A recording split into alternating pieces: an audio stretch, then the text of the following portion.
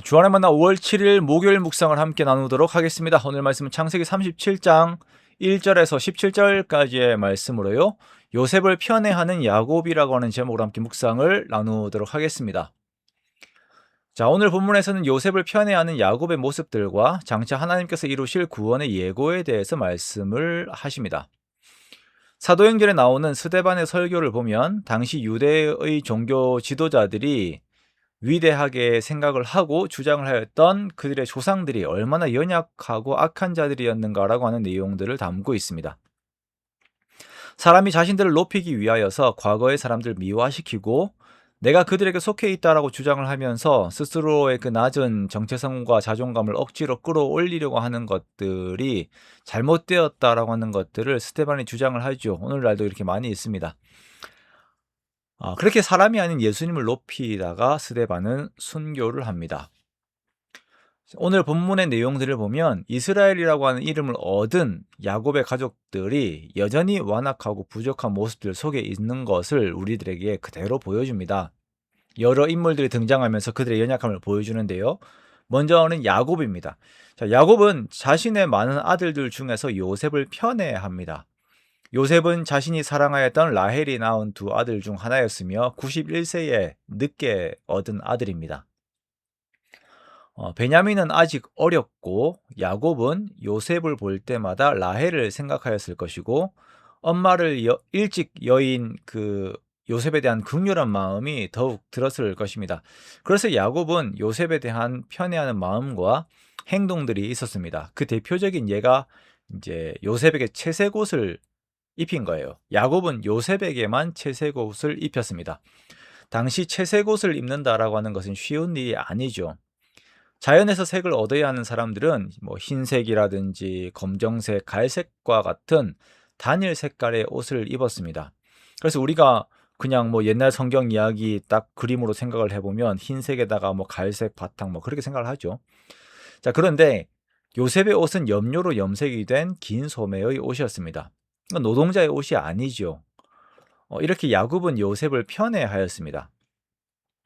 라헬을 편애함으로 인하여서 레아가 힘들어했고 그 힘들어함에 대해서 레아의 아들들이 몰랐을 리가 없습니다. 그러나 야곱은 너무나도 자기중심적인 사람이에요. 그들의 마음을 배려하지 않고 요셉에 대한 자기 감정에 그냥 충실할 뿐입니다. 그대로 표현합니다. 이러한 요셉을 향한 형들의 미움은 단순히 요셉이라고 하는 존재 자체뿐 아니라 자신의 어머니의 감정까지 복합적으로 주어진 정말 풀기에는 쉽지 않은 성격의 것이었습니다. 자, 두 번째 요셉입니다. 자, 요셉도 문제예요. 요셉은 편애의 혜택을 입으면서 일은 하지 않고 형들의 잘못을 아버지께 고발하는 행위들을 계속합니다. 그러자 형들이 요셉에 대한 불편함으로 인하여서 요셉에게 제대로 인사조차 하지 않는 그러한 관계가 되어버려요. 편애 속에서 형들의 감정들을 읽지 못하는 어린 요셉을 봅니다. 너무나도 눈치도 없어요. 그리고 자신이 꾼 꿈에 대한 내용들을 가감없이 말하면서 미움을 사는 연약하고 어린 요셉을 봅니다. 형들도 마찬가지입니다. 아버지의 편애 앞에서 요셉을 미워해요. 어머니를 잃은 요셉의 입장을 이해해 줄 만도 한데 그 감정을 이길 힘이 없지요. 그냥 본능대로 옛사람의 습성대로 그대로 반응을 합니다.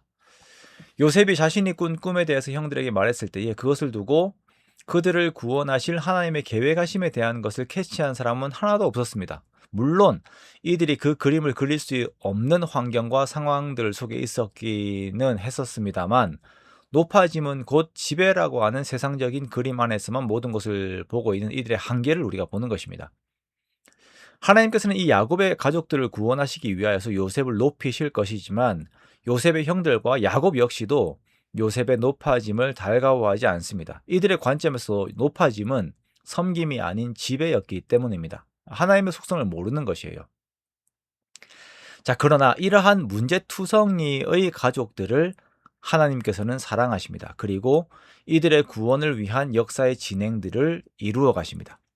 비록 이 과정에서 형들의 죄악과 요셉의 고난이 진행이 되지만 하나님의 선함의 시계 바늘은 정확하게 돌아가고 있는 것입니다.